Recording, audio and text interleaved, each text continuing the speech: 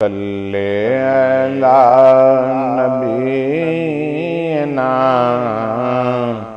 صلی علی محمد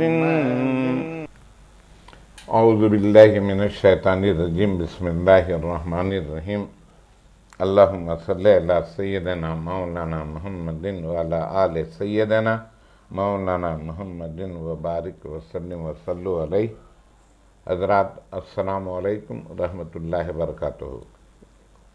آج کا پروگرام ہمارا اور ہمارے لیے بہت ہی ایک اچھا مقام یہ ہے کہ آج ہمارے ساتھ علامہ محمد اکرام حسین قادری موجود ہیں۔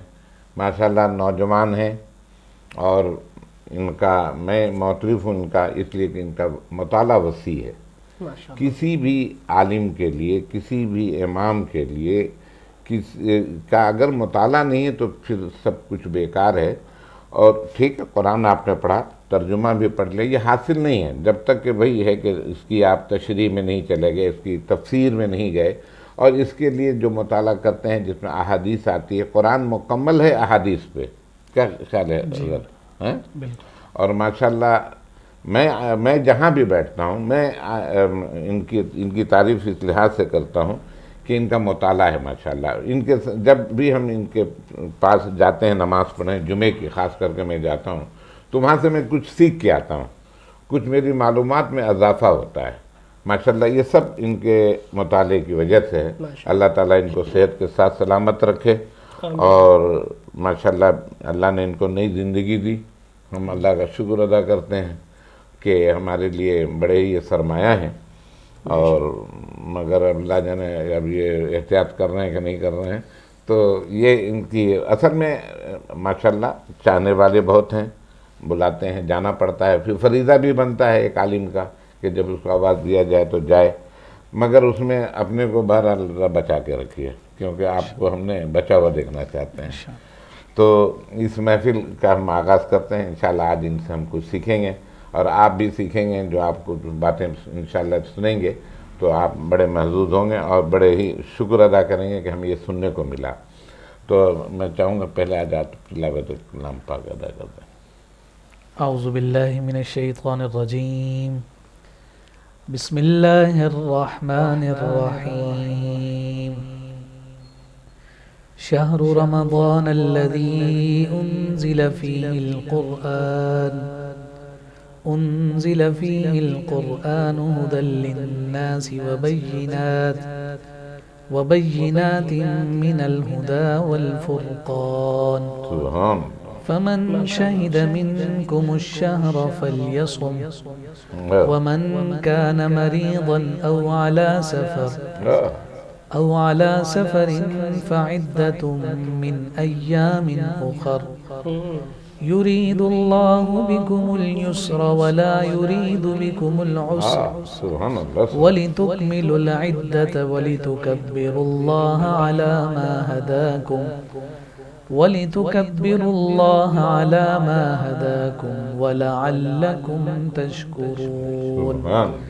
وَإِذَا سَأَلَكَ عِبَادِي عَنِّي فَإِنِّي قَرِيبٌ أُجِيبُ دَعْوَةَ الدَّاعِ إِذَا دَعَانِ فَلْيَسْتَجِيبُوا لِي وَلْيُؤْمِنُوا بِي لَعَلَّهُمْ يَرْشُدُونَ۔ صدق اللہ العظیم۔ ماشاءاللہ ماشاءاللہ۔ علامہ آپ جس مسجد کے خطیب اور امام ہیں، جو یعنی جس کے آپ خادم ہیں، وہ کیا نام ہے مسجد کا؟ جی مسجد جامع مسجد سیدنا ابو ذر غفاری رضی اللہ تعالی عنہ۔ جامع مسجد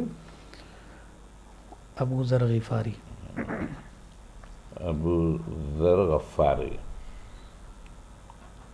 حضرات جو انہوں نے تلاوت جس انداز سے کیا ہے اس انداز کو سننا چاہتے ہیں، اور جیسا میں نے کہا کہ میں جمعے کو جاتا ہوں، اکثر میری کوشش ہوتی ہے کیونکہ جمعہ میں اپنی مسجد جو میری ہے بفر زون میں جامع مسجد و خداد میں وہاں پڑھتا ہوں، وہاں کی ذمہ داری ہے، تو مگر اگر کبھی موقع ملتا ہے تو میں وقت اپنا ضائع نہیں کرتا ہوں، حضرت کے پاس پڑھتا ہوں، یہ تلاوت بھی سننے کو ملتی ہے اور پھر ان کے خطابت سے میں سیکھتا ہوں، مجھے افادہ ہوتا ہے، اور پھر ان کا سلام ایک جداگانہ انتخاب ہے، اور انشاءاللہ آج ہم ان سے سلام بھی سنیں گے۔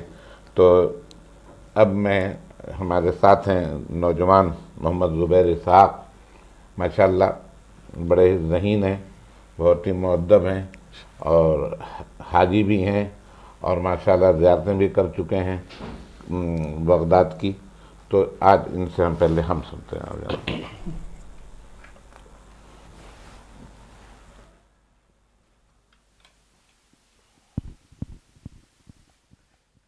اللهم صل على سيدنا مولانا محمد المهدي الجود والكرم وعلى وصحبه وسلم۔ حضور کعبہ حاضر ہے، حرم کی خاک پر سر ہے، حضور کعبہ حاضر ہے، حرم کی خاک پر سر ہے، حضور کعبہ حاضر ہے، حرم کی خاک پر سر ہے، بڑی سرکار میں پہنچے مقدر یاوری پر ہے، بڑی سرکار میں پہنچے مقدر یاوری پر ہے، نہ ہم آنے کے لائق تھے، قابل دکھانے کے، نہ ہم آنے کے لائق تھے، قابل دکھانے کے،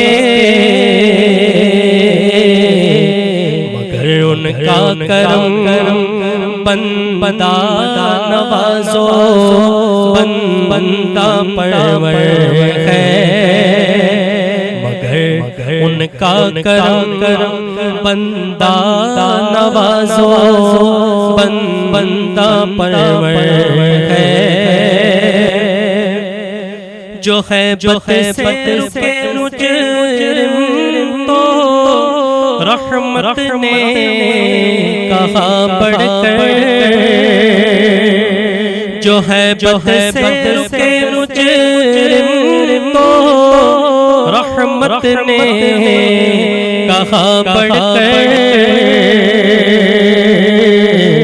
چلے آؤ چلے آؤ یہ گھر رحمان کا گھر ہے، چلے آؤ چلے آؤ یہ گھر رحمان کا گھر ہے، یہ زمزم اس لیے ہے جس لیے اس کو پیے کوئی، یہ زمزم اس لیے ہے جس لیے اس کو پیے کوئی،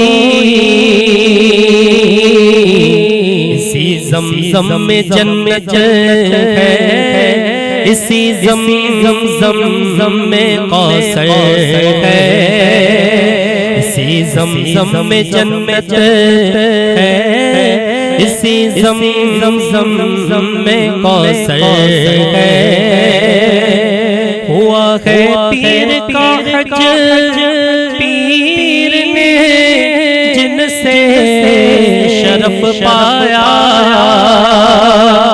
ہوا ہے پیر کا حج پیر نے جن سے شرف پایا، انہی کے صدقے میں دن جمعہ کا ہر دن سے بہتر ہے، نہیں کچھ جمعہ پر موقوف افضالو کرم ان کے نہیں کچھ جمعہ پر موقوف افضالو کرم ان کے جو وہ مقبول فرما لے تو ہر حج اکبر ہے جو وہ مقبول فرما لے تو ہر حج اکبر ہے حسن حج کر لیا کعبے سے آنکھوں نے ضیا پائی حسن حج کر لیا کعبے سے آنکھوں نے ضیا پائی چلو دیکھیں وہ بستی جس کا رستہ دل کے اندر ہے چلو دیکھیں وہ بستی جس کا رستہ دل کے اندر ہے حضور کعبہ حاضر ہے حرم کی خاک پر سر ہے سبحان اللہ ماشاء اللہ انتخاب بھی ان کا دیکھیں آپ اور ہم یہاں جو بیٹھے ہیں ہم سب اعلیٰ حضرت احمد رضا خان بریلوی کے چاہنے والے ہیں ان کے معتقد ہیں ان کے سائے میں رہتے ہیں الحمدللہ اور آپ کا تو اڑنا بچھونا ہی ان کے ذکر سے ہے اور ہم سمجھتے ہیں کہ ان کا ذکر کرنا بھی ایسی فضیلت ہے جس کا کہ کوئی حساب نہیں ہے کیا خیال ہے آپ کا؟ بے شک پورا ایمان ان کے اور ان کے ساتھ ان کے جتنے خانوادے ہیں سب کو ہم اسی طرح چاہتے ہیں جس طرح اعلیٰ حضرت کو چاہتے ہیں ان کے کلام ماشاءاللہ دل کو چھونے سدا بہار ہیں کب لکھا انہوں نے آج بھی اس کی تازگی وہی ہے اس کی تازگی نہیں جاتی نعتیں تو بہت ساری آتی ہیں بہت ساری چیزیں نعتیں سب نعت ہے ماشاءاللہ اس میں تو کوئی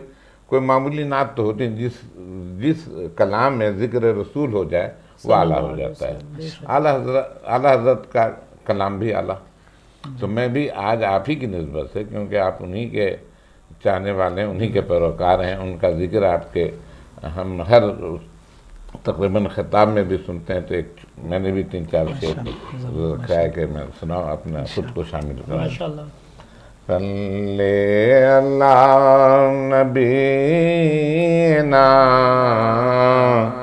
صلی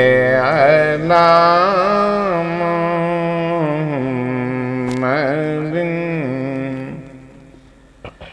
نعمتیں بانٹتا جسمت وہ ذیشان گیا نعمتیں بانٹتا جسمت وہ ذیشان گیا ساتھ ہی منشی رحمت کا قلم دان گیا ساتھ ہی منشی رحمت کا قلم دان گیا لے خبر جلد کے غیروں کی طرف دھیان گیا لے خبر جلد کے غیروں کی طرف دھیان گیا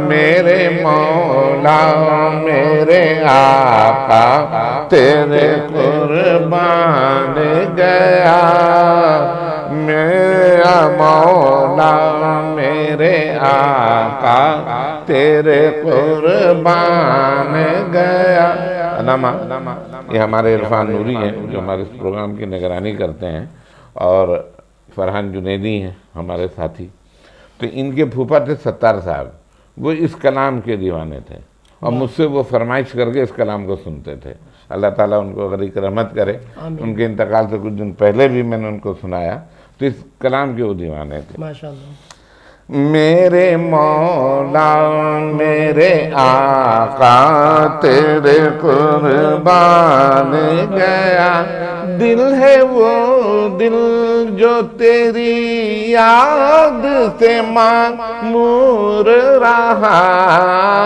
دل ہے وہ دل جو تیری یاد سے معمور رہا، سر ہے وہ سر جو تیرے قدموں پہ قربان گیا، سر ہے وہ سر جو تیرے قدموں پہ قربان گیا، انہیں جانا انہیں مانا نہ رکھا غیر سے کام، انہیں جانا انہیں مانا نہ رکھا غیر سے کام، للہ الحمد میں دنیا سے مسلمان گیا، اور تم پر میرے آقا کی نا اتنا صحیح، اور تم پر میرے آقا کی نا اتنا صحیح، نجدیو کلمہ پڑھانے کا بے احسان گیا، نجدیو کلمہ پڑھانے کا بھی احسان گیا، آج لے ان کی پناہ مدد مانگ ان سے، آج لے ان کی پناہ آج مدد مانگ ان سے، پھر نہ مانیں گے قیامت میں اگر مان گیا، پھر نہ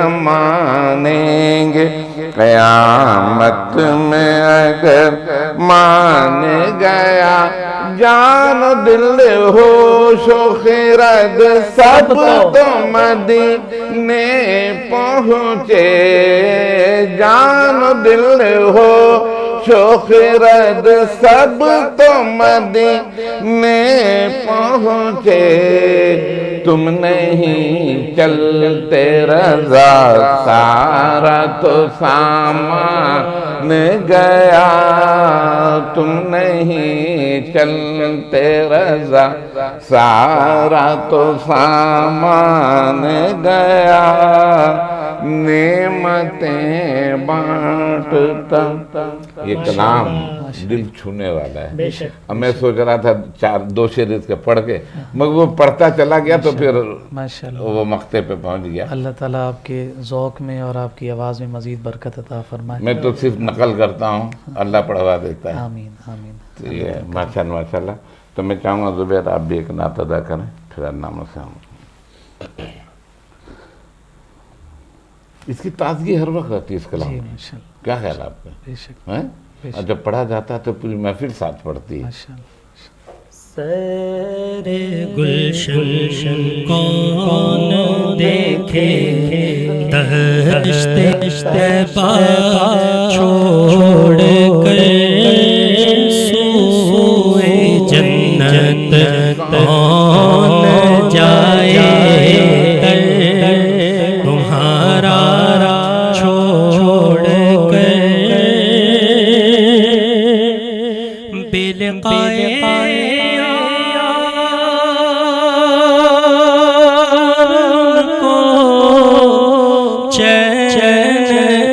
جاتا اگر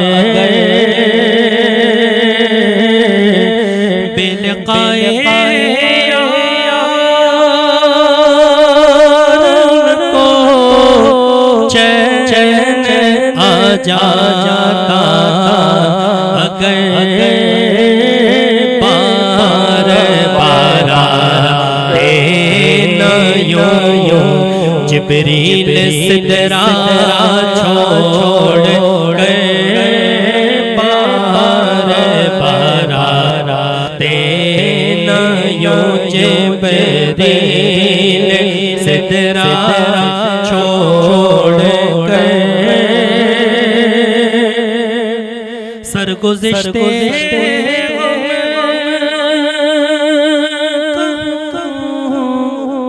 کس سے تیرے ہوتے ہوئے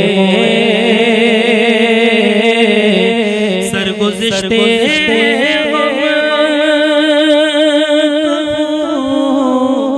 کس سے تیرے ہوتے ہوئے کس کے در پر جاؤں تیرا آستانہ چھوڑ کر کس کے در پر جاؤں تیرا آستانہ چھوڑ کر مر ہی جاؤں میں اگر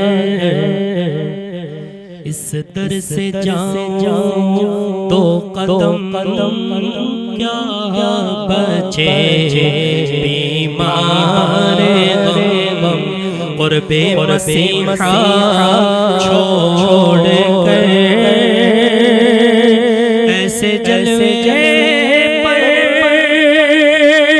کروں میں لاکھ حوروں کو نثار ایسے جلوے پر کروں میں لاکھ حوروں کو نثار کیا غرض کیوں جاؤں جنت کو مدینہ چھوڑ کر کیا غرض کیوں جاؤں جنت کو مدینہ چھوڑ کر واپسی کا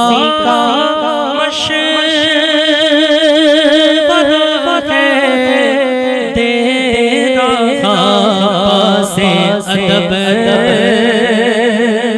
واپسی کا مشورہ ہے تیرا سے ادب عشق کہتا ہے کہ نہ جا کا روزہ چھوڑ کر عشق کہتا ہے کہ نہ جا ان کا روزہ چھوڑ کر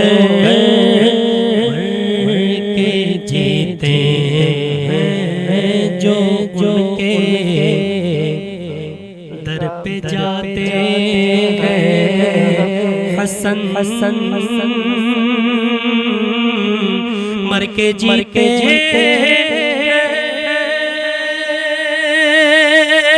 جو ان کے در پہ جاتے ہیں حسن مر کے جیتے جو ان کے در پہ جاتے ہیں حسن جی کے مرتے ہیں جو آتے ہیں مدینہ چھوڑ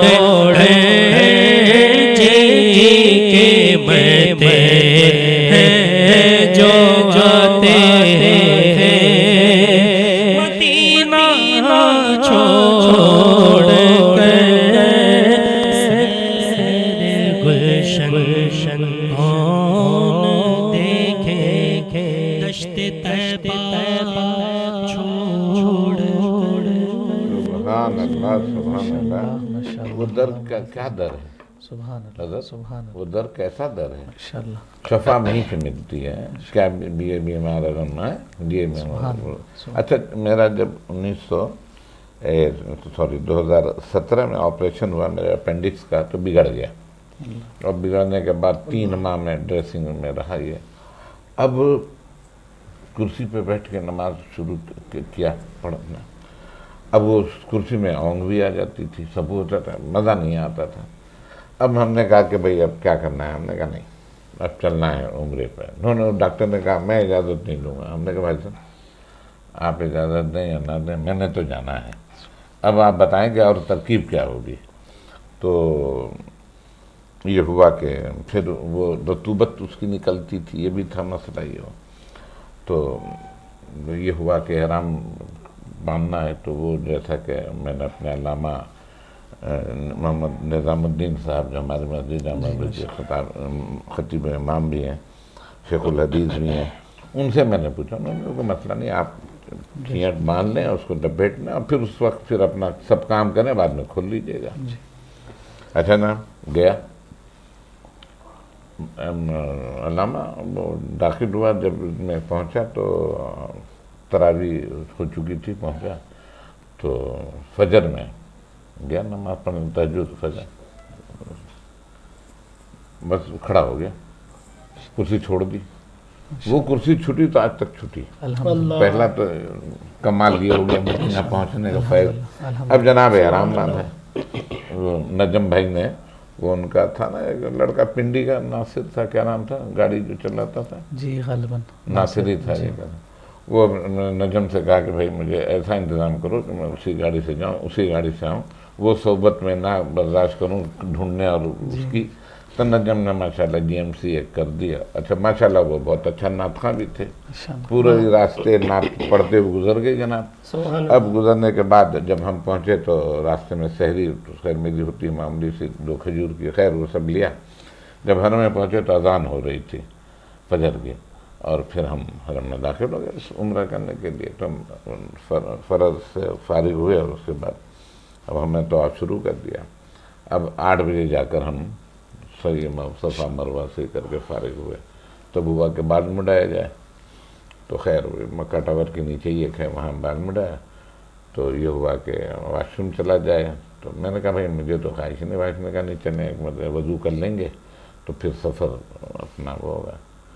اب جناب وہاں جا کے جب میں نے وہ کھولا، کوئی رطوبت نہیں.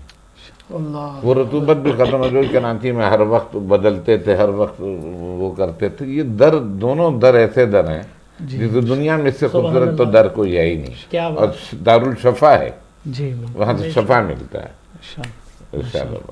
بسم اللہ الرحمن الرحیم. شہنشاہ زمن مولانا حسن رحمۃ اللہ تعالیٰ علیہ کا کلام ہمارے زبیر بھائی نے پڑھا ہے، اور ہر شعر اپنے اندر ایک جاذبیت رکھتا ہے، ایک تاثیر رکھتا ہے. یہاں یہ اشعار پڑھ رہے تھے تو مجھے تھوڑا سا اس اعتبار سے ذہن میں ایک سوال سا اٹھا ہے. جیسے کہا نا استاد زمن نے، شہنشاہ سخن نے، کہ بے لقاء یار ان کو چین آ جاتا اگر. یہاں ایک ذہن میں یہی سوال پیدا ہوا کہ ہم اگر کسی سے پوچھتے ہیں کہ جبریل کیوں آتے تھے، تو اس کے جواب میں ہمارے پاس تو یہی جواب ہے کہ وہ قرآن لے کے آتے ہیں. ہمارے علماء نے لکھا ہے کہ وہ 27,000 دفعہ حضور کے پاس ہے. لیکن قرآن کی اگر ٹوٹل آیات دیکھیں تو وہ 6,666 ہیں. اچھا ہر دفعہ ایک آیت نہیں لے کر آتے تھے، کبھی ایک رکوع بھی لے کر آئیں، کبھی پوری سورت بھی لے کر آئیں، اور کبھی جو ہے ایک ایک پارہ بھی لے کر آئیں. تو اگر 6,666 دفعہ ہی قرآن ہی لے کر آئے، بالفرض ایک ایک آیت لے کر آئے، تو ان 27,000 میں سے 6,666 نکال دیں تو 22-23,000 دفعہ کیا کرنے ہیں. کیا بات ہے. تو یہ علامہ حسن رضا خان علیہ الرحمہ نے جو اشارہ کیا ہے اس جانب، وہ صرف حضور کی زیارت کے لیے آتے تھے، حضور کی صحبت میں بیٹھنے کے لیے آتے تھے، اور حضور کے دیدار اور جلوے کے لیے آتے تھے. اور یہی کیفیت ایک عام امتی کی ہے.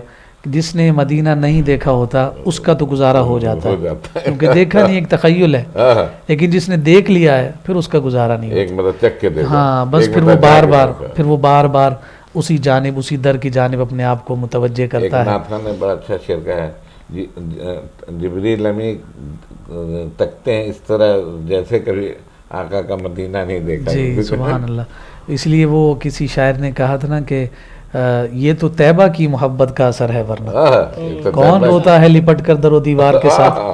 تو وہاں پہ ہم نے یہ کیفیات دیکھی ہیں کہ در و دیوار کے ساتھ، پلر کے ساتھ لوگ چمٹے ہوئے ہوتے ہیں اور زاروں قطار رو رہے ہوتے ہیں. اور پھر ذہن میں یہی بات آتی ہے کہ جس نبی کے شہر کی تاثیر کا عالم یہ ہے، جن صحابہ نے حضور کو براہ راست دیکھا ہے، پھر ان کی کیفیات کیا ہوں گی. اور حضور نے جب ظاہری پردہ فرمایا ہوگا تو پھر واقعی وہ ایک قیامت تھی ان ہستیوں پر کہ جس کے بارے میں کہا کہ حضرت عمر نے تلوار نکال لی تھی اور کہا تھا کہ اگر کسی نے کہا کہ معاذ اللہ حضور علیہ الصلوۃ والسلام دنیا سے پردہ کر گئے تو میں اس کا سر تن سے جدا کر دوں. اس وقت جناب صدیق اکبر نے ان کی ہمت بندھائی تھی اور کہا تھا کہ تم نے قرآن میں نہیں پڑھا وما محمد الا رسول قد خلت من قبلہ الرسل. اس وجہ سے جناب عمر فاروق رضی اللہ تعالی عنہ کہتے ہیں کہ اگر اس دن صدیق اکبر نے مجھے نہ سنبھالا ہوتا تو شاید مجھ سے کچھ غلط امر ہو جاتا. تو کہتے تھے کہ یہ میرے محسنین میں سے ہیں، انہوں نے مجھ پر بہت بڑا احسان کیا کہ اس کیفیت میں، اس غم کی کیفیت میں انہوں نے مجھے سکون اور مجھے صبر کی تلقین کی ہے. اللہ تعالیٰ ہمارے زبیر بھائی کی آواز میں برکت عطا فرمائے. اور ہم یہ جو بزرگوں کے کلام پڑھتے ہیں یہ یقیناً کلام الامامی امام الکلام، امام کا جو کلام ہوتا ہے وہ کلاموں کا امام ہوا کرتا. یہ تو حسن رضا خان ہیں اور پھر اعلیٰ حضرت الشاہ امام احمد رضا خان فاضل بریلوی رحمۃ اللہ تعالیٰ علیہ، جس محبت کے ساتھ آپ نے ان کا ذکر کیا، یقیناً وہ ہمارے مقتدا ہیں، ہمارے پیشوا ہیں، ہمارے رہبر ہیں، ہمارے رہنما ہیں. عقائد میں انہوں نے جو پختگی ہمیں عطا کی ہے، اللہ تعالیٰ تا دم آخر ہمیں ہماری نسلوں کو عقائد حقہ پر کاربند رہنے کی توفیق عطا فرمائے. میں اسی ضمن میں پھر بات کو آگے بھی بڑھا دیتا ہوں. ظاہر سی بات ہے کہ یہ ہمارا پروگرام ماہ سیام رمضان المبارک کے حوالے سے ہے. 12 مہینے یہ تعداد بھی قرآن نے ذکر کی. ان عدت الشہور عند اللہ 12 شہرا فی کتاب اللہ یوم خلق السماوات والارض منها 4 حرم. کہا کہ تمہیں اللہ رب العزت نے 12 مہینے عطا کیے، 12 کا تعداد ذکر کی گئی اور پھر ساتھ فرمایا منها 4 حرم، ان میں 4 حرمت والے ہیں. اب جو حضرات یہ کہتے ہیں کہ جناب ہمارے لیے صرف قرآن کافی ہے، ان سے یہ پوچھا جائے کہ یہ جو 4 مہینے حرمت والے ہیں انہی قرآن میں تلاش کر کے بتاؤ. تو قرآن مجید فرقان حمید میں ان 4 حرمت والے مہینوں کا تذکرہ کہیں نہیں. تو پھر اس کی وضاحت اور صراحت ہمیں حدیث نبوی سے ملتی ہے. اس وجہ سے قرآن اور حدیث لازم اور ملزوم ہے. یہ اگر تھیوری ہے تو مصطفیٰ کریم صلی اللہ علیہ وسلم کی حدیث ایک پریکٹیکل ہے ہمارے سامنے، اس کی وضاحت ہے، اس کی تفسیر ہے. یا تو قرآن خود اپنے الفاظ کی تفسیر کرتا ہے یا پھر قرآن کی سب سے بہترین تفسیر یہ ہے کہ آقا کائنات صلی اللہ علیہ وسلم کی وضاحت اور صراحت فرماتے ہیں. 12 جو مہینے عطا کیے گئے ان میں سے 12 کی تعداد ذکر ہوئی، 4 مہینوں کی تعداد ذکر ہوئی، لیکن ان 12 ناموں میں سے کوئی نام قرآن میں ہمیں نظر نہیں آتا سوائے رمضان کے. اگرچہ یہ 12 کے 12 جو مہینے ہیں ان کے اسما توقیفی ہیں. توقیفی اسما سے مراد یہ ہوتا ہے کہ وہ اسی طرح سے اللہ رب العزت نے وضعیت فرمایا کہ ان مہینوں کو 12 کی تعداد رکھی، ان کے نام یہ ہیں محرم، صفر، ربیع الاول. یعنی یہ دنیا میں قائم نہیں ہوئے، یہ توقیفی ہیں، اللہ کی طرف سے عطا کیے گئے. جیسے اسماء الحسنہ جو حضور کے 99 اللہ کے 99 نام ہیں، یہ بھی توقیفی اسما ہیں. اسی طرح سے حضور کے جو اسما ہیں وہ بھی توقیفی کہلاتے ہیں. تو یہ جو 12 نام ہیں اگرچہ آسمان سے اللہ رب العزت نے منوان ایسے ہی نازل کیے. یہاں ضمناً میں ایک بات اور عرض کروں، ہم اپنی عقیدت اور محبت میں ان ناموں کو کچھ تبدیل بھی کرتے ہیں. یعنی کسی بزرگ کے ساتھ کوئی نسبت ہوگی تو ہم اس مہینے کو اس جانب متوجہ کرتے ہیں. جیسے مثال کے طور پر ربیع الثانی، ربیع جو ہے وہ بہار کو کہتے ہیں، ثانی دوسری. تو ربیع الثانی میں چونکہ 11ویں شریف کی نسبت ہے تو ہم اسے ربیع الغوث بھی کہتے ہیں. تو ہمارے علماء نے کہا کہ نہیں، یہ طریقہ کار ٹھیک نہیں، چونکہ یہ نام توقیفی ہیں، ان میں رد و بدل نہیں ہونا چاہیے، یہ خلاف ادب ہے. تو ہمیں اس سے بھی ضرور احتیاط کرنی چاہیے. تو پھر یہ قرآن مجید فرقان حمید میں صرف رمضان کا نام آیا. شہر رمضان، شہر مہینے کو کہتے ہیں اور اردو میں شہر کو کہتے ہیں. لیکن شہر کا جو لفظ ہے یہ عربی میں اسے مہینے کو کہا جاتا ہے. شہر رمضان، رمضان کا مہینہ. الذی انزل فیہ القرآن، کہ جس میں قرآن کو نازل کیا گیا.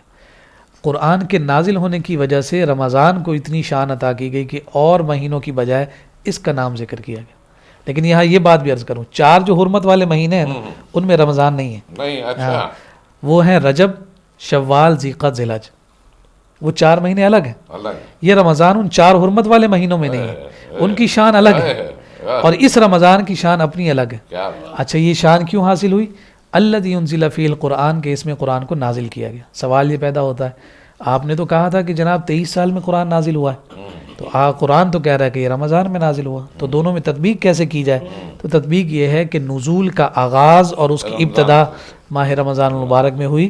حضور غار حرا میں موجود تھے تو آیات اقرأ بسم ربک الذی خلق، یہ 5 آیات نازل ہوئیں. اس کی ایک تفصیل ہے، وہ بھی ایک بڑی وجد آور تفصیل ہے، ہمارے علماء نے ذکر کی ہے. تو قرآن کے نازل ہونے کی وجہ سے رمضان کا نام قرآن میں آیا، اور اس رمضان المبارک کو اللہ رب العزت نے اپنی جانب نسبت عطا فرمائی. حضور علیہ السلام نے فرمایا شعبان الشہری و رمضان الشہر اللہ، شعبان جو ہے وہ میرا مہینہ ہے اور رمضان اللہ کا مہینہ. اللہ. اس پر علماء نے شارحین نے یہ ذکر کیا ہے کہ رمضان اللہ کا مہینہ کیوں ہے، تو انہوں نے کہا کہ اس لیے کہ اس میں اللہ کا کلام نازل ہوا. پھر اس پر سوال اٹھایا کہ چلیں اللہ کا کلام نازل ہوا تو یہ اللہ کا مہینہ ہو گیا، تو شعبان حضور کا مہینہ کیوں ہے؟ سوال شعبان اللہ کا مہینہ کیوں، حضور کا مہینہ کیوں ہے؟ تو اس کے جواب میں پھر شارحین نے کہا کہ یہ حضور علیہ السلام نے اس مہینے کو اپنی جانب نسبت اس لیے دی کہ یہ جو آیت درود ہے ان اللہ و ملائکتہ یصلون علی النبی، یہ شعبان میں نازل ہوئی. تو اس وجہ سے یہ جو شان اور رفعت حضور کو درود و سلام کی آیت کے ذریعے سے حاصل ہوئی، یہ ماہ شعبان میں نازل ہوئی. اس وجہ سے فرمایا کہ یہ میرا مہینہ. تو امام جعفر صادق کے حوالے سے یہ ذکر کیا جاتا ہے، القول البدی میں موجود ہے. فرمایا کہ اگر کوئی ماہ شعبان المعظم میں 700 مرتبہ روزانہ درود پاک پڑھتا ہے تو اللہ رب العزت اس کے لیے فرشتوں کو مقرر فرماتا ہے جو اس کے لیے بخشش اور مغفرت کی دعائیں کرتے ہیں. اور ساتھ یہ بھی ذکر کیا گیا کہ اس وقت تک دعائیں ہوتی رہتی ہیں جب تک اس کی حتمی اور قطعی بخشش اور مغفرت نہیں کر دی جاتی. تو یہ رمضان. جی جی ہم نے ایک جگہ ہوا کہ بھائی 500 مطلب درود شریف پڑھ دیا کریں صلی اللہ علیہ وسلم، مکمل درود ہے. جی اب آپ نے 700 کی بات کی. اگر میں قاری ہوں یعنی 500 کا، جی تو کیا 700 الگ سے پڑھوں یا پھر 700 ادائیگی ہو گئی؟ جی اسی میں ہی انکلوڈ ہو جائے گا وہ. اگر شعبان میں اس وظیفے کو، چونکہ امام جعفر صاحب بزرگوں کا اپنا اپنا معمول ہوتا ہے نا، اپنی اپنی ان کی نسبتیں ہوتی ہیں اور اسلاف کا اپنا طریقہ کار ہے، تو اس اعتبار سے انہوں نے ذکر فرمایا. تو امام جعفر صادق کے قول کی برکت لینے کے لیے اگر آپ اس 500 میں مزید 200 کو داخل کر دیں تو وہ نیت بھی شامل ہو جائے گی اور دونوں فیض ہمیں نصیب اور میسر ہو جائیں گے. اس کے چار آتا نا، سننے والے ایسے ہیں جن کو میں جانتا ہوں کثرت سے درود پڑھتے ہیں، اور اگر 200 400 300 تسبیح پڑھتے ہیں تو ماشاءاللہ اگر 700 کر لیں تو پھر کیا بات ہے. کثرت کے حوالے سے یہ ذکر کیا گیا ہے کہ اگر 313 کی تعداد اگر کوئی پوری کرتا ہے نا دن کی تو وہ پھر کثرت میں شمار ہوتا ہے. 313 سے اوپر جتنا بھی پڑھ لیا جائے تو پھر وہ کثرت میں شمار ہوتا ہے، پھر وہ کاؤنٹنگ میں نہیں آتا، وہ کثرت. میں اس پہ آ گیا، میں 700 دفعہ پڑھا تو 313 والی بھی فضیلت، اب وہ بھی فضیلت حاصل ہو جائے گی کہ اتنی دفعہ پڑھا کہ جس کی کوئی گنتی نہیں. واللہ یضاعف لمن یشاء، اس پر اجر دینے والی ذات اللہ کی ہے، وہ جتنا بڑھائے وہ اس پر بڑھا سکتا ہے. پھر اس قرآن کو اللہ نے یہیں اسی آیت میں ذکر کیا. میں نے تلاوت بھی اسی ضمن میں کی تھی کہ چونکہ گفتگو ہم اسی ماہ رمضان کے حوالے سے کر رہے ہیں. ہدی للناس، لوگوں کے لیے ہدایت ہے.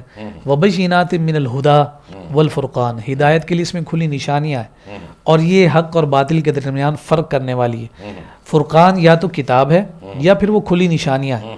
وہ کھلی نشانیاں قرآن ہی میں ہیں تو نسبت چاہے کھلی نشانیوں کی جانب ہو یا قرآن کی جانب، تو دونوں طرح سے وہ جو فرقان ہے وہ کھلی نشانیاں ہیں تب بھی قرآن، اور اگر وہ براہ راست قرآن کو فرقان کہا جائے، جیسے قرآن نے کہا ہے تبارک الذی نزل الفرقان، کہ قرآن کا نام ایک فرقان بھی ہے، تو اس اعتبار سے یہاں پر اسے ذکر کیا گیا. تو ماہ صیام رمضان المبارک یہ وہ عظمت اور شان والا مہینہ ہے کہ اس کی شان اور رفعت کے لیے اتنا ہی کافی ہے اللہ رب العزت نے اسے اپنی جانب منسوب فرمایا. میں آپ کے اس بیان میں کچھ حاصل بھی کرنا چاہ رہا ہوں.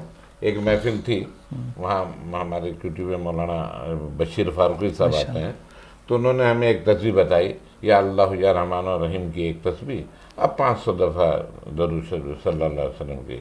تو سوال یہ ہے کہ یا اللہ یا رحمان بھی ہم پڑھیں اور یہ تمام بھی کریں، کیسا رہے گا؟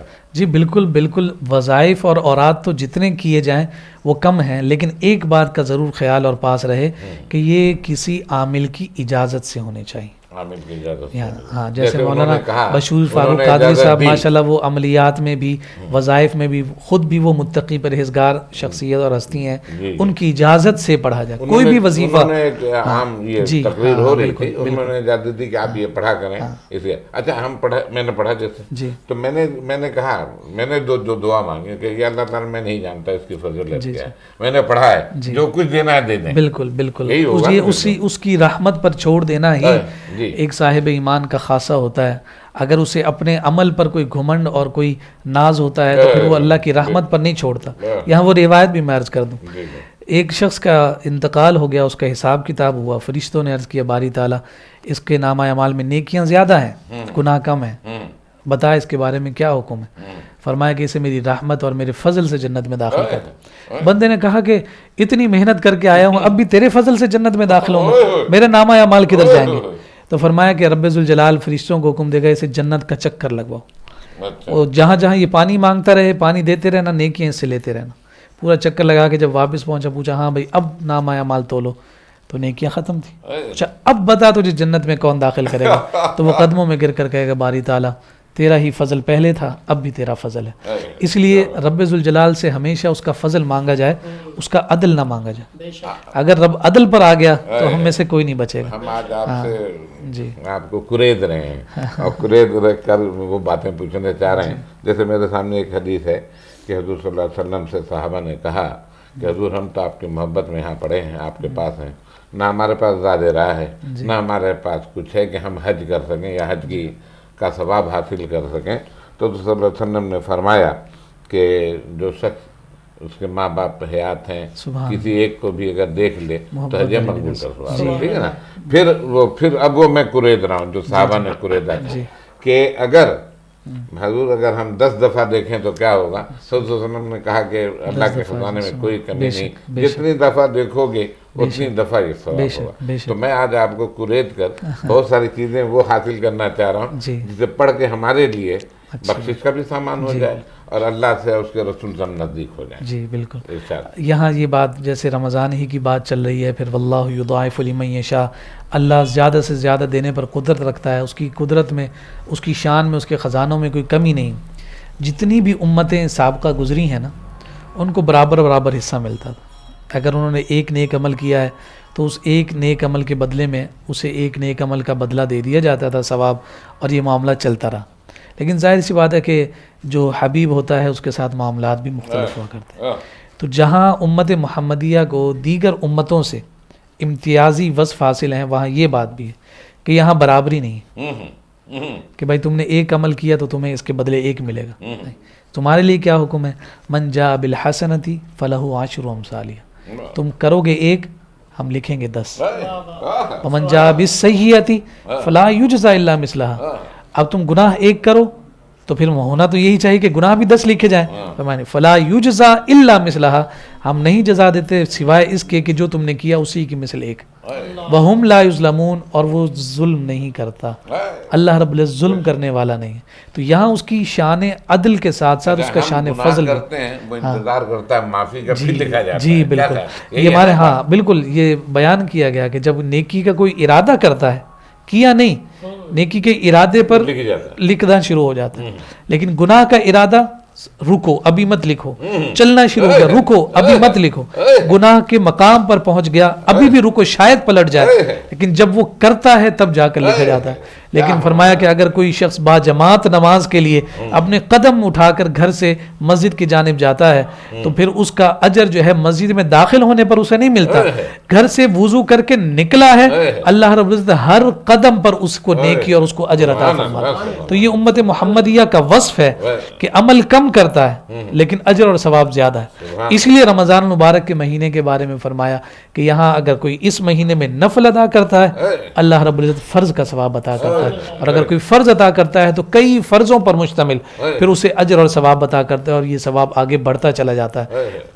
قرآن کی تلاوت عام دنوں میں اگر ایک حرف کے بدلے میں 10 نیکیاں ہیں تو پھر یہاں بھی اندازہ لگا لینا چاہیے کہ رمضان میں کس قدر زیادہ ملتا ہے۔ تو قرآن کے ساتھ جو رمضان المبارک کو نسبت حاصل ہے، یہ ہمیں انتہائی ضرورت ہے کہ ہم یہ پیغام اپنے ناظرین تک پہنچائیں کہ قرآن کو محض تلاوت کے ساتھ نہیں، تلاوت بھی بہت بڑا اجر ہے. یہ کتاب الہی اور یہ کلام الہی اس قدر عظمت اور شان کا حامل یہ کلام ہے کہ اگر کوئی اسے چھو لے تب بھی ثواب ہے.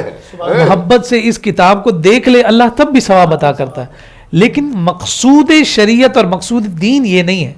اجر اور ثواب ہمارے لیے بہت ہے. مقصود کیا ہے؟ اس سے ہدایت کا حاصل کرنا.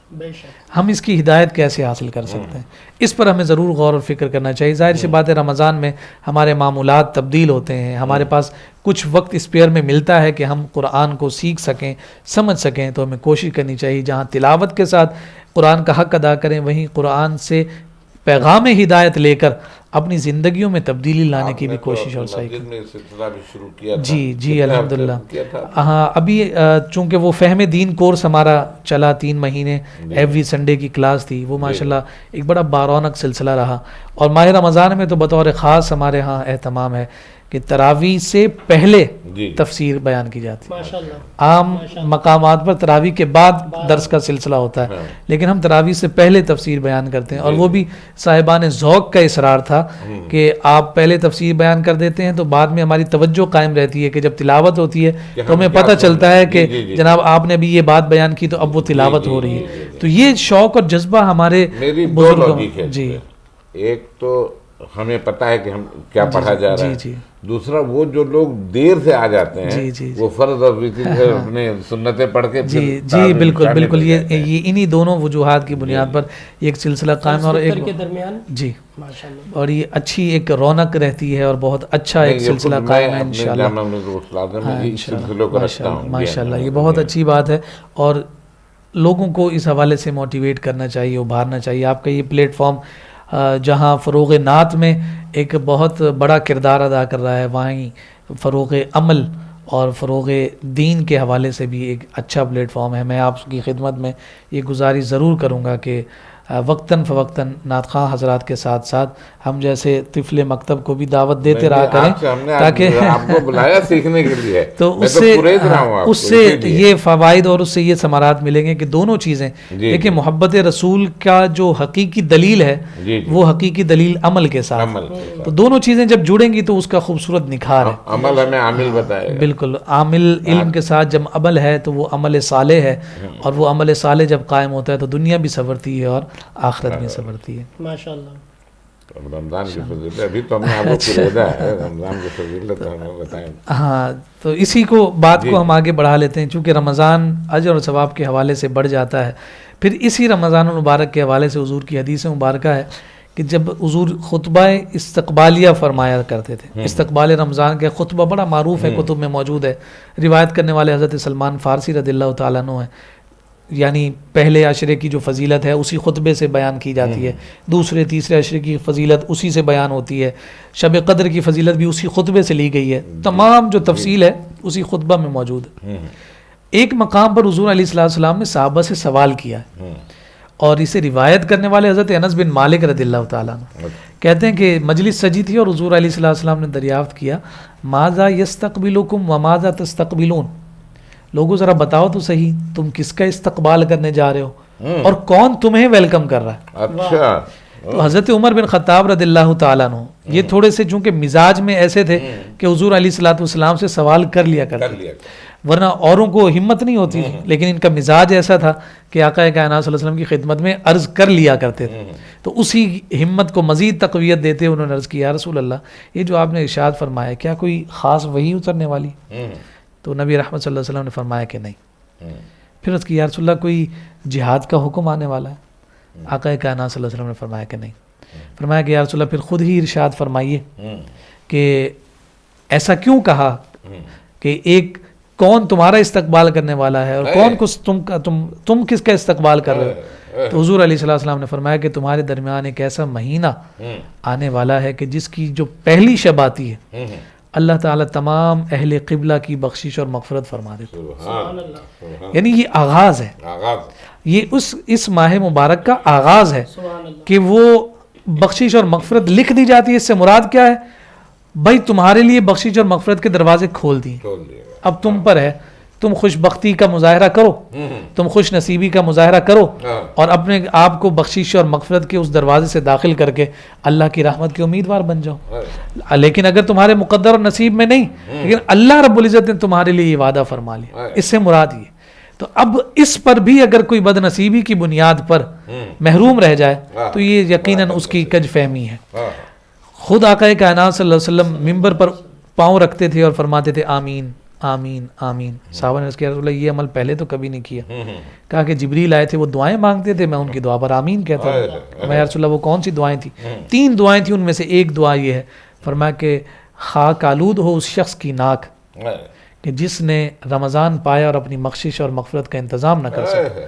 تو حضور نے اس پر فرمایا کہ آمین۔ ہاں واقعی وہ محروم ہے اور وہ بدبخت ہے اور بد نصیب ہے کہ اسے موقع بھی ملا لیکن اس کے باوجود وہ جو ہے اپنی مغفرت کا انتظام نہیں کر سکا۔ حضرت امام ابو بکر وراق رحمۃ اللہ تعالی علیہ کہتے ہیں، دیکھیے جتنے بھی مہینے نا تو حضور سے دعا ثابت ہے۔ حضور پہلی کا چاند دیکھتے تھے دعا کرتے تھے، اللہم اہلہ علینا بالامن والایمان والسلامت والاسلام ربی وربک اللہ، اور اس طرح کی دیگر دعائیں بھی موجود ہیں۔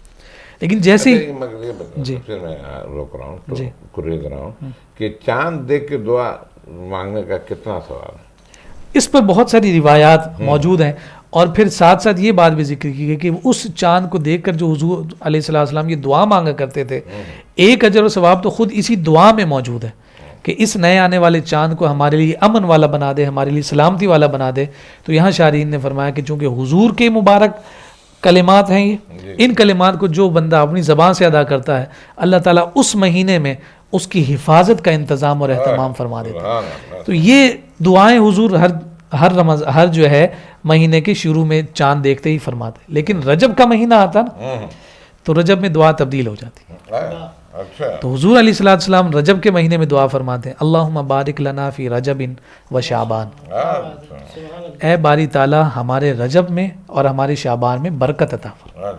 اچھا ہمارے ہاں برکت کا جو کنسیپٹ ہے وہ بھی بڑا عجیب ہے۔ برکت سے مراد یہ ہے کہ بھائی اگر اور مہینے میں نے 1 لاکھ کمایا ہے تو اب رجب میں چونکہ میں نے یہ دعا کی ہے تو مجھے 1.5 لاکھ ملیں گے، یہ برکت کا ایک کنسیپٹ ہے۔ چونکہ ہم مادی طور پر ہر چیز کو پرکھنے کی کوشش کرتے ہیں، لیکن یہاں شارحین نے ذکر کیا کہ اس برکت سے مراد یہ ہے کہ اللہ تعالیٰ ہمارے عمل صالح میں برکت عطا فرمائے، یعنی ہماری جو عبادات ہیں، ہمارے جو ذکر و اذکار ہیں، جو ہمارے اوراد و وظائف ہیں، اس میں برکت پیدا ہو جائے۔ اور شعبان میں بھی فرمایا، اور ساتھ فرمایا وَبَلِّغْنَا رمضان، اور ہمیں عافیت کے ساتھ رمضان تک پہنچا دے۔ ٹھیک ہے، یہ بلغنا رمضان کے جو الفاظ ہیں یہ بڑے خوبصورت، رمضان تک پہنچا دے۔ اس سے مراد یہ ہے کہ جس نے رمضان کو پا لیا وہ اوروں سے ممتاز اور محترم ہو گیا، اس تک پہنچ جانا ہی ایک کامیابی ہے۔ اس سے بڑی کامیابی یہ ہے کہ وہ رمضان سے فیوز و برکات حاصل کر لے۔ تو حضور علیہ السلام گویا کہ رجب سے ہی رمضان کی تیاری شروع کر دیتے تھے۔ تو حضرت ابو بکر وراق اسی حدیث سے استفادہ کرتے ہوئے کہتے ہیں، وہ فرماتے ہیں کہ رجب کا جو مہینہ ہے نا یہ بیج بونے کا مہینہ، بیج بو دیا جائے، اور پھر ساتھ کہتے ہیں کہ شعبان کا جو مہینہ ہے اس بیج کو پانی دینے کا۔ اب بیج بویا، اس پر پانی دیا، اگلا جو مرحلہ ہے وہ فصل کا ہے، کہا رمضان فصل کاٹنے کا ہے۔ تو اب اگر کسی نے بیج ہی نہ بویا ہو تو پھر کیا کہتے ہیں؟ بیج بو دیا لیکن اس کی رکھوالی نہیں کی اور اسے پانی نہیں دیا تو فصل ہی نہیں ہونی۔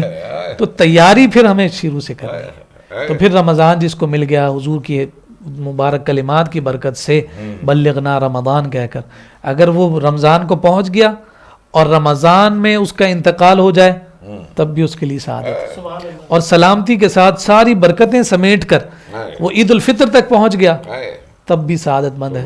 یعنی اس تک پہنچ جانا ہی اللہ رب العزت کی بارگاہ میں اتنا مقبول، اتنا محبوب اور پسندیدہ ہے۔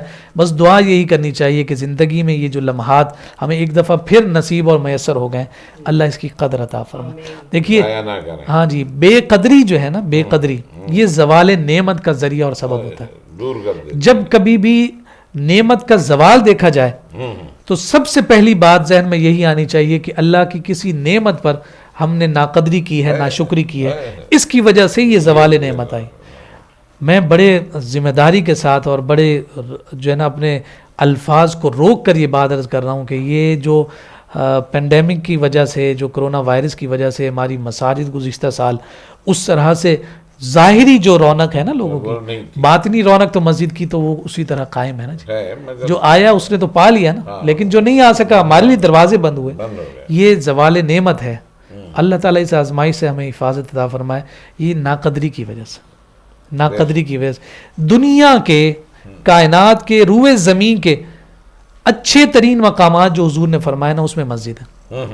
کہ بہترین مقام میرا گھر مسجد ہے، اور بدترین جو مقامات ذکر کیے گئے بازار. بازار. تو آپ بتائیے کہ رمضان المبارک میں بھی مساجد سے زیادہ ہمارے بازار آباد. بازار بھرے رہے. تو اب آپ بتائیے کہ برکت کا مقام چھوڑ کر جب آپ بے برکتی میں ونڈو شاپنگ جی جی. لینا ہونا، ہمارے خواتین نے کچھ نہیں، ہمارے نوجوانوں نے بھی کچھ نہیں لینا دینا ہوتا. بھائی آپ کی کیا ضرورت ہے 2 3 4 سوٹ، نئی جوتی، ویسٹ کوٹ، کوئی اچھی سی ٹوپی، کوئی اچھی سی گھڑی. تو یہ شاپنگ تو آپ کی ایک ہی دفعہ میں جانے سے ہو جاتی. لیکن روزانہ راتوں کو گزارنا، وہ راتیں جن راتوں کے بارے میں فرمایا کہ انہی راتوں میں سے ایک رات ایسی بھی ہے جو 1000 مہینوں سے افضل رات. تو ہم جب یہ اس طرح سے ناقدری اور ناشکری کرتے ہوئے اللہ کی نعمتوں کو پس پوچھ ڈالتے ہیں تو پھر یہ آزمائشیں آتی ہیں. اللہ تعالیٰ اس آزمائش سے ہمیں نجات عطا فرمائے. اور ابھی بھی ظاہر سی بات ہے کہ بہت سارے قرائن اور بہت سارے حالات آپ کے سامنے ہیں کہ بہت ساری افواہیں ہیں مساجد کے حوالے سے، بہت احتیاط کے لیے کہا جا رہا ہے. لیکن کوشش کریں کہ آپ اس مہینے کو اللہ رب العزت کی محبت الفت میں اس کے بارگاہ سے توبہ اور استغفار کے ذریعے سے ایسا منا لیں کہ رب ذوالجلال راضی ہو کر اس آفت سے، اس آزمائش سے پورے عالم انسانیت کو نجات عطا فرما دے. نماز مسجد میں، نوافل گھر میں. جی نوافل، ہاں نوافل کی فضیلت یہی ہے کہ نماز میں فرض نماز افضل مسجد میں، اور نفل نماز جو ہے وہ افضل گھر میں. تو افضل نماز کو گھروں میں ادا کر کے گھر کو آباد کرنے کی کوشش کریں. ایک مقام، ایک جگہ بنا لی جائے اور اسے مسجد بیت کا نام دے دی جائے. بھائی یہ جگہ ہماری نماز پڑھنے کی جگہ. مرد حضرات کو جب نماز پڑھنی وہ بھی اسی جگہ چلے جائیں. خواتین کو پڑھنی ہے تو وہ بھی اسی مقام پر اس کمرے میں جا کر نماز ادا کریں. تو جی جائے نماز بنا لی جائے. اس سے بچوں کی تربیت پر بھی بہت بڑا اثر پڑتا ہے. بچے بھی پھر وہ دیکھتے ہیں کہ یہ کوئی عام مقام نہیں ہے، یہ کوئی عام جگہ نہیں ہے، یہ کوئی خاص مقام ہے کہ جہاں پر صرف سجدہ کیا جاتا ہے.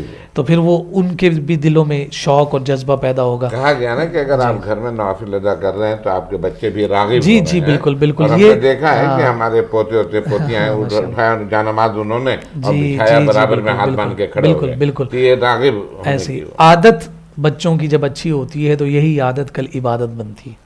اگر آج ہی ہم ان کی عادت نہیں بنائیں گے تو کل آپ ڈنڈا لے کر بھی ان سے کہیں گے نا کہ چلو مسجد میں، وہ نہیں جائیں گے. چونکہ ہر وقت، ہر کام کا ایک وقت ہے نا. وہ کہا اے رضا ہر کام کا ایک وقت ہے، دل کو بھی آرام ہو ہی جائے گا. تو یہ دل کا آرام تو دنیا سے جانے کے بعد ہے. لیکن ظاہر سی بات ہے کہ انسان جب اپنی زندگی کے مختلف مراحل سے گزرے گا تو ہر مرحلے کے لیے اس کے کام مختلف ہیں.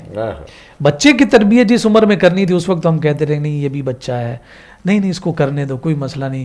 ہم اپنی بچیوں کو کم عمری میں لباس کچھ ایسا دے دیتے ہیں کہ وہ بعد میں اسی لباس کی جانب ہی شغف رکھتے ہیں. پھر جب انہیں پردے کی جانب متوجہ کیا جاتا ہے تو وہ اسے اپنے اوپر بوجھ محسوس کرنے لگتے ہیں. تو اس بوجھ محسوس کرنے سے پہلے ضرورت ہے انہیں یہ احساس دلایا جائے کہ اصل جو ہے نا وہ ہماری شناخت اور ہماری پہچان یہ ہے. تو تربیت کے جو جواہر ہیں اس جواہر کے ذریعے سے یہی اولاد ہماری جو ہے ہمارے لیے جنت بھی ہے، ہمارے لیے جہنم بھی ہے. تو ان کو اپنی آنکھوں کی ٹھنڈک اگر اللہ رب العزت نے آپ کے لیے دنیا میں بنایا ہے تو کل قیامت کے دن بھی یہ ہمارے لیے راحت اور سکون کا ذریعہ ہی ہو. سب کچھ دیں انہیں، سب کچھ دیں، لیکن اتنا دین کا علم انہیں ضرور دے دیں کہ کم از کم وہ آپ کا جنازہ تو پڑھا سکے. میں نے جب یہ فہم دین کورس جس کا بھی آپ نے بھی تذکرہ کیا، جب ہم نے اس کا آغاز کیا تو میں نے پہلی کلاس میں یہ بات کہی تھی.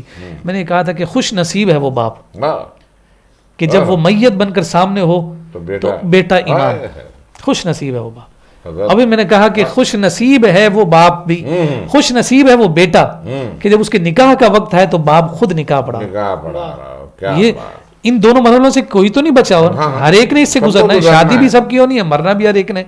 کتنا ہی اچھا ہو وہ بھی میت قبر میں جائے گی نہیں، اس سے پہلے ہی وہ پرسکون ہوگی کہ جو بچہ میرا جنازہ پڑھا رہا ہے وہ مجھے قبر میں دفنانے کے بعد بھی نہیں بھولے گا، وہ ہمیشہ عبادت میں میرے لیے بخشش اور مغفرت کی دعائیں کرتا رہے گا. ہم جب جامعہ انوار القرآن میں پڑھتے تھے تو جو چھوٹے بچے ہوتے ہیں نا حفظ والے، انہیں تجسس زیادہ ہوتا ہے. بنسبت بڑے طلباء کے. بھائی کوئی کام غیر معمولی ہو رہا ہوتا ہے تو وہ فوراً اس جانب متوجہ. ایسا کیوں؟ صحیح. ظہر کی نماز میں ایک جنازہ آ گیا. جنازہ بہت بڑا تھا, بڑی بڑی گاڑیاں تھیں.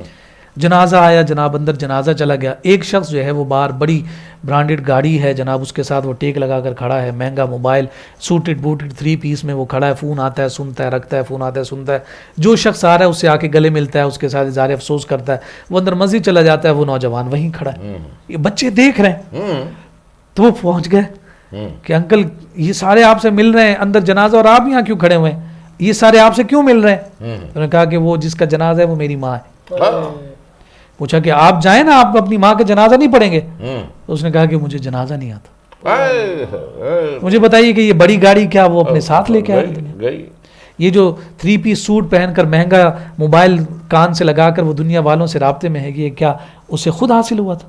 ظاہر سی بات ہے کہ وہی ماں نے ہی تو جو ہے نا اپنی راتوں کو جاگ جاگ کر اپنے دن کی محنت اور مزدوری سے, اور والدین نے اس کے لیے جو ہے اپنی راتوں کو جو ہے وہ کالا کر کے اس مقام پر پہنچایا.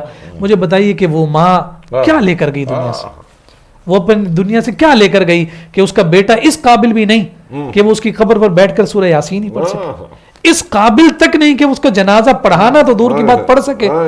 اس کا مطلب یہ ہوا کہ سب کچھ دینے کے بعد بھی آپ نے اسے کچھ نہیں دیا. لیکن اگر آپ نے اپنے ایک بچے کو بھی عالم دین بنا دیا تو وہ دنیا میں بھی اور آخرت میں بھی آپ کے لیے روشن چراغ ہوگا.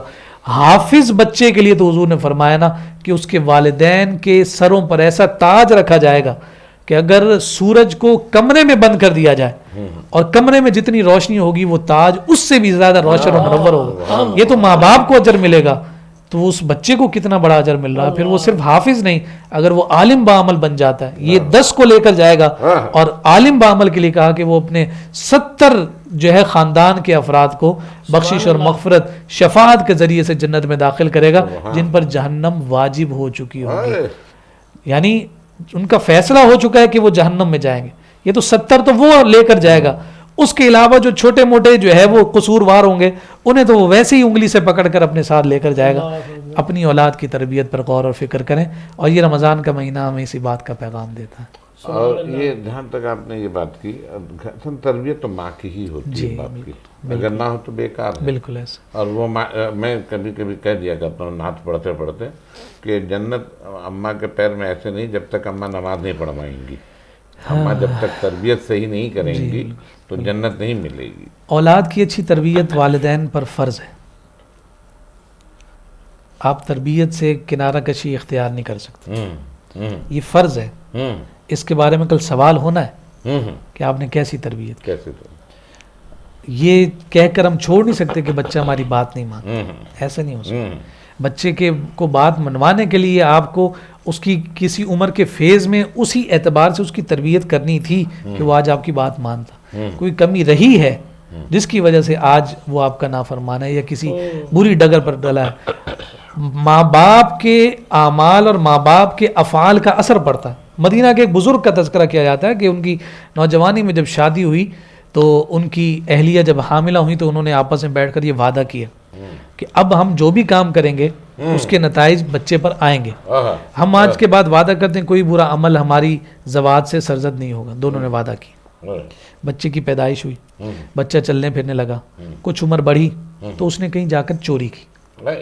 جب چوری کی تو دونوں بیٹھ گئے کہ ایسا کیسے ہوا کہ ہم نے کوئی نماز نہیں چھوڑی, کسی کا دل نہیں دکھایا, کسی کی غیبت نہیں کی, خلاف شرع کوئی کام نہیں سر انجام دیا, پھر ہمارا بچہ اس برے عمل کی جانب کیوں گیا.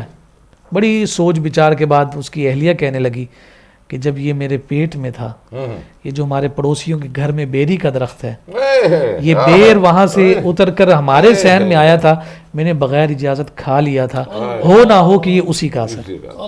تو ماں باپ کے نیک اور صالح ہونے کے اثرات جو ہے اولاد پر مرتب ہوتے ہیں. کسی نے وہ کہا تھا نا کہ وہ جناب بابا فرید صاحب سے کہنے لگا کہ آپ کا کتنا بڑا مقام ہے, آپ کو بابا فرید الدین کہا جاتا ہے, آپ کو گنج شکر کہتے ہیں, کتنا بڑا مقام اور مرتبہ آپ کو ملا ہے.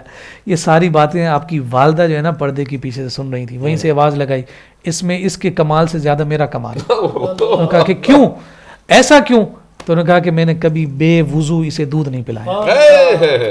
تو پھر اگر مائیں ایسی ہوا کرتی ہیں تو پھر اس کے نتیجے میں جو ہے وہ بیٹے بھی بابا فرید ہوتے ہیں. اگر ماں جو ہے اپنے حمل کو سنبھالے ہوئے قرآن کی تلاوت کرتی رہتی ہے تو وہ بچہ جب پیدا ہوتا ہے استاد کے سامنے جا کر بیٹھتا ہے, استاد کہتا ہے پڑھو بسم اللہ, تو وہ 18 سپارے پڑھ جاتے ہیں. جی حضور غوث العظم حضرت خواجہ قطب الدین بختیار کاکی رحمۃ اللہ تعالی علیہ اور کتنے بزرگوں کا طریق ہم پر یہ قائم ہے.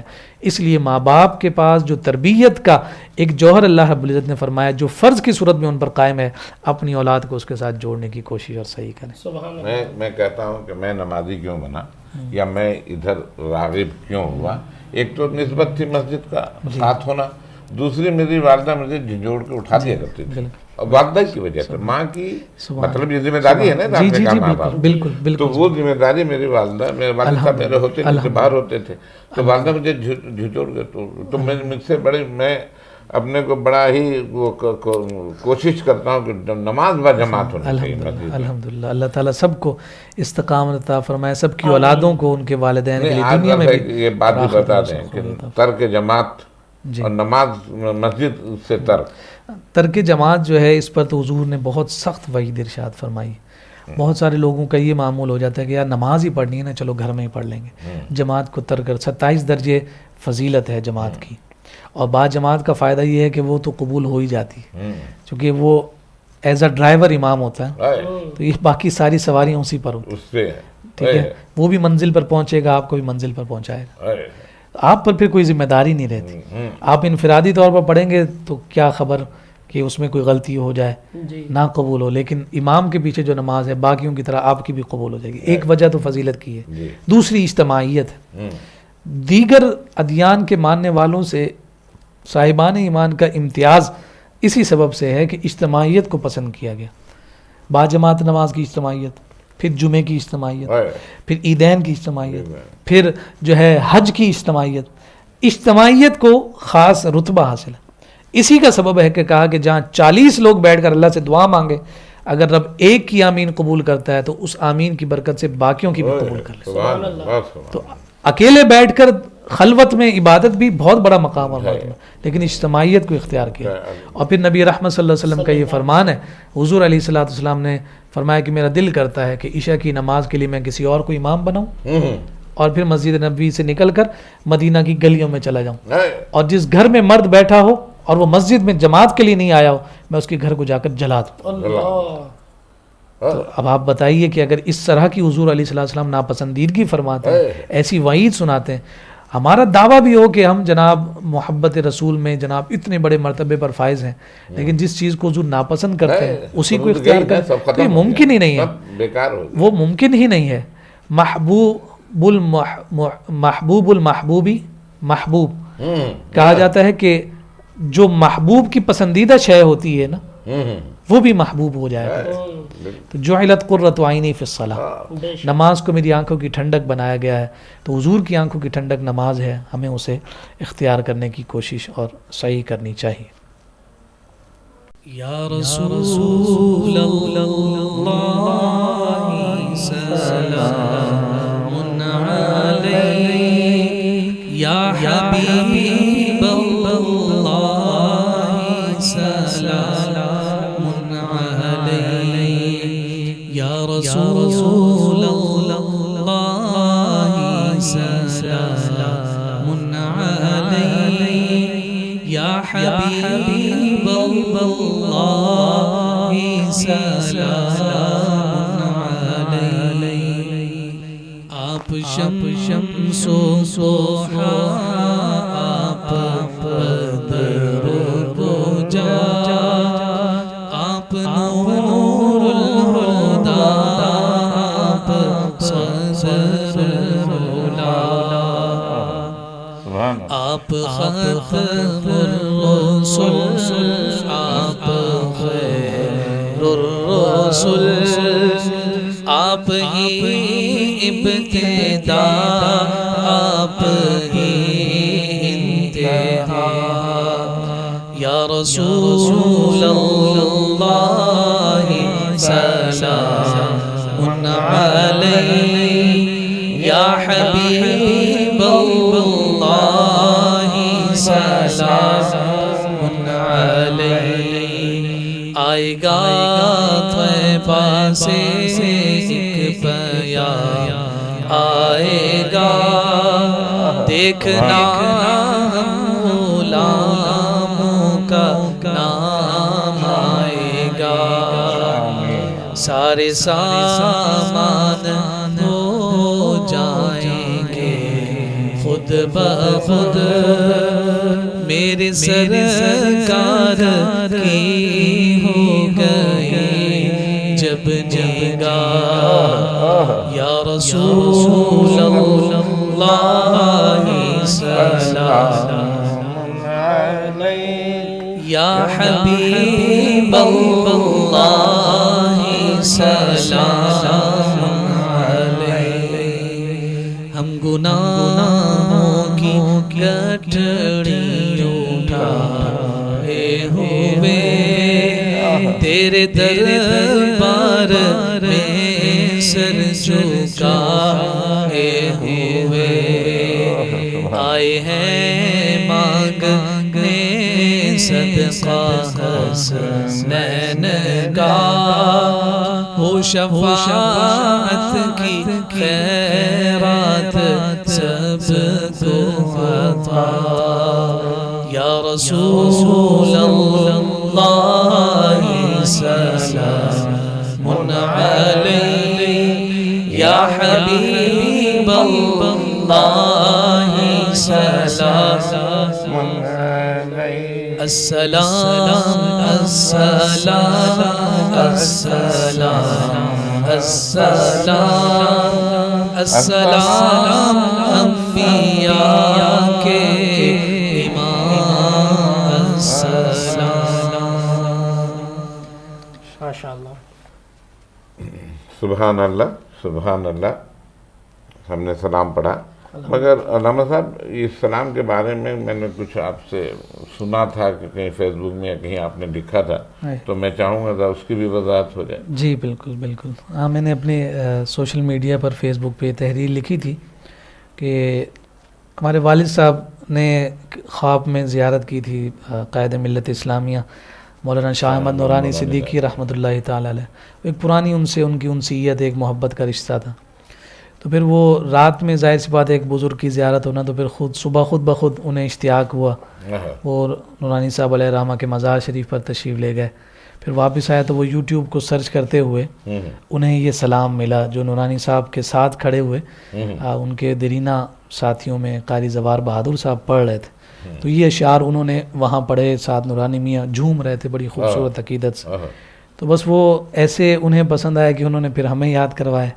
پھر اس کے بعد سے یہ معمول تقریباً 9-10 سال کا عرصہ ہو گیا کہ ہمارے ادارے میں جو جمعہ کی نماز کے بعد سلام پڑھا جاتا ہے تو اعلیٰ حضرت کے اشعار سے ہم شروع کر کے پھر اس سلام کو پڑھتے ہیں. اور الحمدللہ چونکہ اس میں دعائیہ اشعار ہیں اور بارگاہ رسالت میں حاضری کے حوالے سے اشعار ہیں تو جتنے بھی لوگ آتے ہیں وہاں اسی جستجو اور اشتیاق کے ساتھ کہ یہ دعائیہ کلمات سب کے ایک آواز میں بلند ہوں تو کسی کے لیے بھی وہ قبول ہو جائیں. میں تحدیث نعمت کے طور پر یہ بھی عرض کروں کہ بہت سارے ہمارے ساتھی اس بات کا برملا اظہار کرتے ہیں کہ یہاں کھڑے ہو کر ہم نے ندا دی تھی دعا کی تھی تو ہماری حاضری کے اسباب مہیا ہوئے الحمدللہ. تو یہ ایک بڑا روحانی سلسلہ اس نسبت کے ساتھ قائم ہے اور جہاں بھی یہ سلام پڑھا جاتا ہے وہاں سے ایک محبت کا ہی سلسلہ اور تعلق قائم ہوتا ہے. ذات مولانا شاہ احمد نورانی صاحب کی ذات ایسی تھی کہ ان کے صحبت میں بیٹھ کے اٹھنے کی طبیعت نہیں چاہتی. میں 1-2 مرتبہ بیٹھا ہوں اور ایک جنازے کی آپ کو بات بتا دوں. جب ان کا جنازہ ہو رہا تھا نشتر پارک میں تو ایک پٹھان جس کو مسعود والا پٹھان جو تبلیغ والا ہے اس کو میں نے دیکھا. میں نے کہا کہ بھائی تمہارا یہ کام بولا تم نہیں جانتا بڑا اللہ والا تھا. اب سوچیے ذرا کہ وہ کیسی شخصیت تھی. آپ کا تقوی اور آپ کا کردار بہت اللہ تعالیٰ انہیں غریق رحمت فرمائے. تو دعا فرمائے. الحمدللہ رب العالمین والعاقبۃ للمتقین والصلاۃ والسلام علی رسولہ الکریم وعلی آلہ واصحابہ اجمعین. یا رب العالمین تیری توفیق و عنایت سے آج کی اس نشست میں آج کی اس بزم میں جو بھی کلمات خیر ادا کیے گئے تیرے پاک کلام کی تلاوت ہوئی حمد بیان کی گئی ہمارے زبیر اسحاق صاحب نے خوبصورت حضور علیہ السلام کی بارگاہ میں گلہائے عقیدت پیش کیا، غلام مجتبیٰ احدی صاحب نے اپنے خوبصورت انداز میں سیدی اعلیٰ حضرت کا کلام پیش کیا، جو بھی واعظ اور نصیحت کی باتیں، دین کی باتیں ہوئیں، یا رب العالمین ان قیمتی لمحات کو ہم سب کے لیے توشہ آخرت فرما، ہماری بخشش اور مغفرت کا، ہماری اصلاح کا، ہماری نصیحت کا ذریعہ اور سبب بنا یا رب العالمین یا ارحم الراحمین۔ راہ نجات کے اس پلیٹ فارم کو اسی طرح سے مزید خدمات کی توفیق عطا فرما، اور شعور اور آگہی کی بیداری میں جس انداز میں جناب سید غلام مجتبیٰ احدی صاحب مصروف عمل ہیں، برسر پیکار ہیں، ان کی مساعی میں صحت و عافیت کے ساتھ مزید برکتیں عطا فرما، ان کے جملہ معاونین میں اور اس پروگرام کو انعقاد کرنے میں ان کے ساتھ جو احباب دام درہم سخن قدم حصہ ملاتے ہیں، بطور خاص اس پروگرام کے ڈائریکٹر عرفان صاحب، ان کی پوری ٹیم، یا رب العالمین تمام اور اپنا کرم فرما، ماہ سیام رمضان المبارک کی برکتیں ہمارا مقدر فرما، اس ماہ مبارک کے فیوزات کے صدقے اور طفیل ہم سب کی حتمی اور قطعی بخشش اور مغفرت فرما۔ ہمارے فرحان جنیدی یہاں موجود نہیں ہیں، یا رب العالمین یا ارحم الراحمین، دعا کریں کہ ان کی بھی کاوش فکر میں کہ یہاں کیا ہو رہا ہے۔ محترم جناب فرحان جنیدی صاحب ہمارے بہت پیارے اور بہت محترم بھائی، یا رب العالمین ان کی مساعی میں برکتیں عطا فرما، ان کی کاوشوں کو مزید دوبالا فرما، ان پر اپنا خاص کرم فرما، سب پر حضور علیہ الصلوۃ والسلام کی نگاہ رحمت عطا فرما، ہم سب کو بچوں کے لیے بھی، کیونکہ پورے ان کے برداشت کا یہ ہے سب ہماری عالیہ، ہماری بہو ہے، ہم سب کو باہمی محبت، الفت اور خلوص عطا فرما یا رب العالمین۔ اس ترویج و اشاعت اور دین کی محبت کے اس پیغام کو عام کرنے میں جناب سید غلام مجتبیٰ احدی صاحب کے اہل خانہ میں، آپ کے صاحبزادگان، آپ کے پوتوں میں، آپ کے بچوں میں، آپ کی اہلیہ میں یا رب العالمین، آپ کے داماد، جتنے بھی ان کے گھر کے افراد ہیں جو رب العالمین جملہ افراد خانہ کو برکتیں عطا فرما، اور اس نشست اور اس بزم کی برکت اہل خانہ کو اور بالخصوص عطا فرما، اور اس گھر پر یا رب العالمین ذکر رسول کی جو برکتوں کا سایہ ہے یا رب العالمین، یہ سایہ اسی طرح صحت و عافیت کے ساتھ، سلامتی کے ساتھ یا رب العالمین قائم فرما، دائم فرما۔ ہماری تمام دعاؤں کو ہمارے حق میں، اہل خانہ کے حق میں، جناب سید غلام مجتبیٰ احدی صاحب اور ان کے جملہ متعلقین کے حق میں منظور اور مقبول فرما۔ ہمارے شاہ عبداللہ جنیدی بھی اس فکر میں رہتے ہیں کہ ہم کیا کرنے جا رہے ہیں، اور وہاں ہمارے ولی محمد خان اسٹریلیا سے بیٹھ کر، اور ہمارے ایک دوست ہیں شیخ محمود، یہ لوگ فکر مند والے ہیں یا رب العالمین یا ارحم الراحمین۔ یہ جتنے بھی بزرگوں کے نام جناب سید غلام مجتبیٰ احدی صاحب نے لیے، ہمارے محترم پیر طریقت جناب سید شاہ اسد اللہ جنیدی صاحب، صالح طبیعت کے ساتھ صالح افکار کو لیے ہوئے یا رب العالمین صالح لوگوں کو تیار کرنے میں مصروف عمل ہیں یا رب العالمین، ان کی مساعی میں برکت عطا فرما۔ ہمارے محترم ولی صاحب اگرچہ وہ دیار غیر میں ہیں، لیکن ہماری ہر حرکت سے وہ معروف بھی رہتے ہیں اور اس سے آگاہ رہتے ہیں یا رب العالمین۔ ان کی نیک تمنائیں جو ہمارے حق میں ہیں انہیں اپنی بارگاہ میں قبول فرما۔ جناب شیخ صاحب کو یا رب العالمین شیخ محمود صاحب کو صحت و سلامتی عطا فرما، اور ان کی ان محبتوں کو یا رب العالمین مزید دوبالا فرما۔ ہمارے مرحومین کی بخشش و مغفرت فرما۔ جناب سید غلام مجتبیٰ احدی صاحب کے آباء و اجداد میں، اعز اقربا میں، اہل خانہ کے بزرگوں میں جو اس دار فانی سے رخصت کر گئے، یہاں حاضرین میں جتنے احباب موجود ہیں، تمام کے بزرگوں میں، متعلقین میں جو اس دار فانی سے رخصت کر گئے، تمام کی بخشش و مغفرت فرما، تمام کے درجات کو بلند فرما۔ اللہم ربنا تقبل منا انک انت السمیع العلیم، وصلی اللہ تعالی علی خیر خلقہ ونور عرشہ وزینت فرشہ وقاسم رزقہ محمد وعلی آلہ واصحابہ اجمعین۔ صلی علی نبینا، صلی علی محمد